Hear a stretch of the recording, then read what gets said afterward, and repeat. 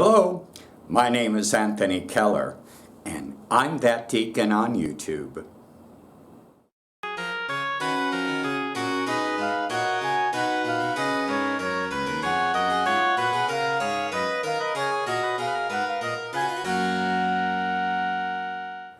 Since I began that Deacon on YouTube, we've had 3 instances where our lives have been affected by gun violence. The first time this happened was way back last summer when a person walked into a church and opened fire on a group of people. Then last December, the brutal murder of a group of people in San Bernardino, California. And then this month, 49 lives were lost when a gunman walked into a nightclub and opened fire on innocent people. As I thought about this, for some reason, as I walked around the campus of the church where I serve, I felt drawn to go inside one of our preschool classrooms. I brought my camera with me, and that's how we'll open this episode. I recently walked past our preschool classrooms here at St. George's, where during our program year, we serve about 127 children. And I could not help but think of the 49 people massacred at Pulse nightclub in Orlando, Florida. I began to wonder how many of those killed that night had at one time or another attended a preschool much like ours. It was in preschool where people first learned what it was like to relate to strangers, forming a small community outside of their family.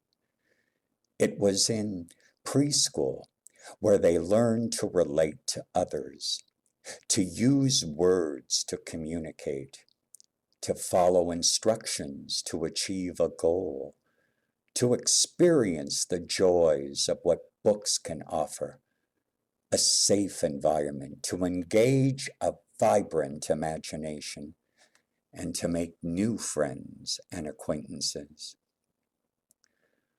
More than all the advantages preschool has to offer, it is in this place where the children can laugh and play and sometimes cry, all within the positive aspects offered by their preschool community.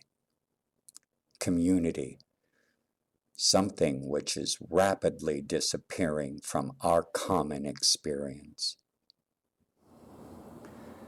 I'm sure that everyone watching this particular YouTube channel would agree that violence is not something we condone or appreciate or even would like to see happening in our communities. I'm sure everyone who watches this channel thinks that humanity needs to do something and find ways to prevent this type of violence happening in our cities, in our towns, in our churches, community centers, and now even nightclubs. But there are disagreements about how we as a people should respond to it. And I've heard over the past week or so much talk about the change of gun laws and changing laws to prevent others from just walking into a gun store to purchase a high-velocity rifle. I've also heard people talk about prayer. Pray for Orlando. I've seen a number of those signs. So I'd like to talk about those 2 issues, but I hope in a different way. As you saw in my video when I walked around the classroom and outside in the preschool play area, I kept talking about community because I feel that if we as a people can embrace a sense of community, we might be able to find a solution that would be reasonable to all parties. Our sense of community in this country has eroded. I've seen it happen in my lifetime.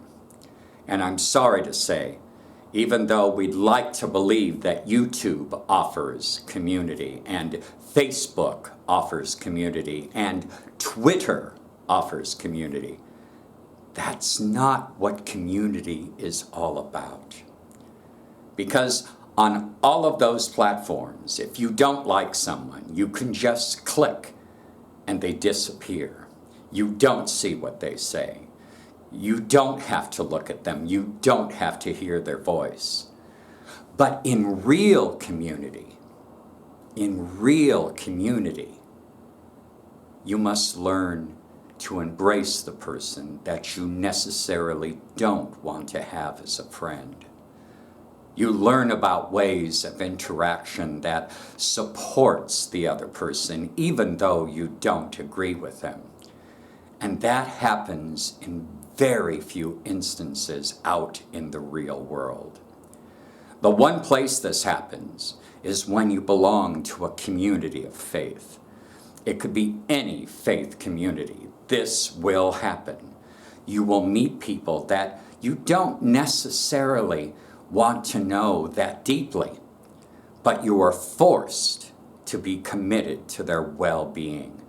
And that takes intelligence, it takes maturity, and it takes an awful lot of commitment. I was curious what the people at St. George's thought about belonging to a community of faith. So last Saturday we had a movie night and barbecue, just a typical fun evening at a church in Southern California. And I grabbed a few people and I asked them, what are the benefits of belonging to a community of faith? Here are their answers.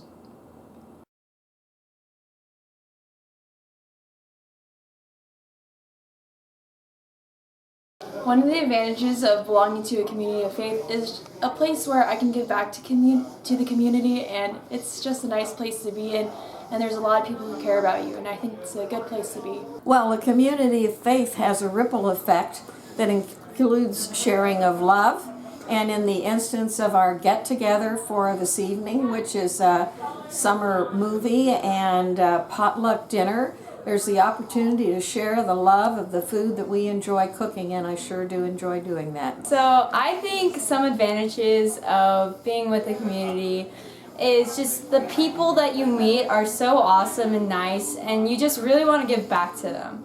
So being in a community is just you meet so many people and you have so many opportunities for community service, and you can just like have fun with barbecues. I've been coming to St. George's all my life, so that's a very, very, very, very, very long time. And I don't really know where I am on my spiritual journey, and that's kind of embarrassing because I've been coming here for so long. But the one thing I do know is that the reason why Sean and I come here is because everyone is nice and loving. Period, the end. And I wanted my boys to grow up with nice people. And there's so much sadness and horrible things in the world, and I come here because I know that I'm going to be loved, and Sean's going to be loved, and my children are going to be loved. So, what more can a parent want? Before I turned the camera on everyone and asked them to respond, I didn't coach them. I was really curious in what they were going to say. And it was interesting that no one talked about worship. Yes, they're there on Sundays, but it really proved to me that worship is only one tiny aspect of a larger picture. And these 4 brave souls who decided to share in front of the camera really brought that home to roost. It showed that community is more than just attending church on Sunday. It's a way of thinking. It's a way of relating to other people. And it means that you give a little bit more of yourself to others. But at the same time, if it's healthy, they're going to give back to you. Then the other aspect that I saw this past week, and it's happened with every firearms event that has taken place, is a call to pray for people, or I will pray for Orlando. I'd like to talk about prayer for a second, and then I'm going to give you an opportunity through a video presentation to send yourself deeper in prayer to see what will happen. And that's how this video will end this month. Let's think about prayer for a second. The greatest seeds of prayer are when it's about transformation within yourself. Prayer is communion. It doesn't mean asking Santa for a wish. It means that you sit quietly, using whatever techniques you can muster, to just sit into the moment and find out how you really feel.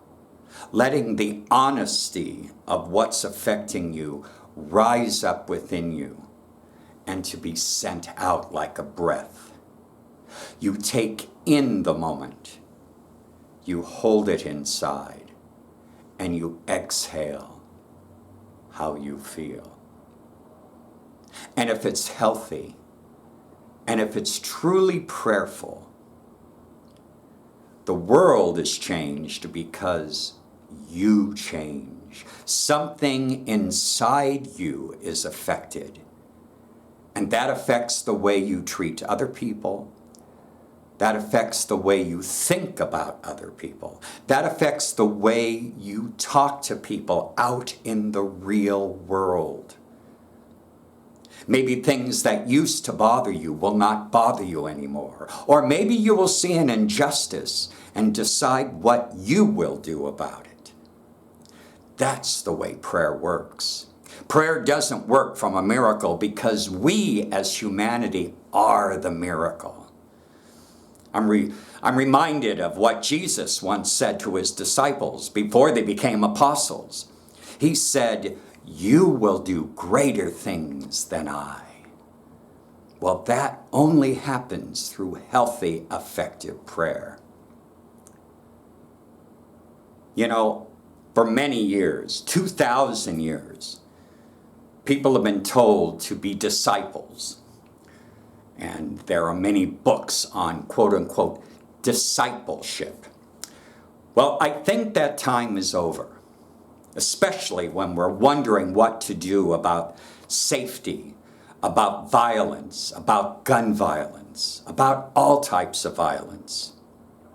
That means we no longer need to be disciples. We need to be apostles. Apostles are ones who are sent out to be ambassadors. I think we need to be ambassadors for peace, ambassadors for logic, ambassadors for reason, and most importantly, ambassadors of compassion. So I'd like to end this video this month with a series of images of what took place on the night where a lone gunman with a high-powered rifle walked into a nightclub where people were celebrating the pride of themselves, the pride of their movement, the pride of just being allowed to be human, where 49 people were deemed superfluous when one person decided their life was no longer valid. Now let these images sink in, and let this video at the end of this month's That Deacon on YouTube take you to a place that might be holy anger, but an anger that's productive, compassionate, real, thinking not only of yourself and your grief and your anger, but ways to improve humanity. This video of people dancing taken just last night, and then at 2:02 a.m., bartenders announcing last call, when suddenly the gunfire.